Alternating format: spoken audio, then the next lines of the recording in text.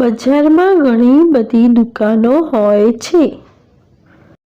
બજાર એક એવી જગ્યા છે જ્યાં આપણે બધા ખરીદી કરવા માટે જઈએ છીએ.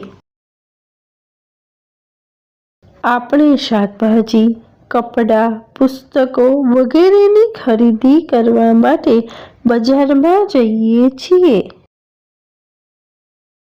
બજારમાં ખૂબ ભીડ જોવા મળે છે. બજારમાં બધા લોકો ખૂબ વ્યસ્ત હોય છે. કેટલાક લોકો બજારમાં સામાન વેચવા જાય છે. હું ક્યારેક મારા પપ્પા સાથે બજાર જાઉં છું. મને બજારમાંથી ફળો ખરીદવા ગમે છે.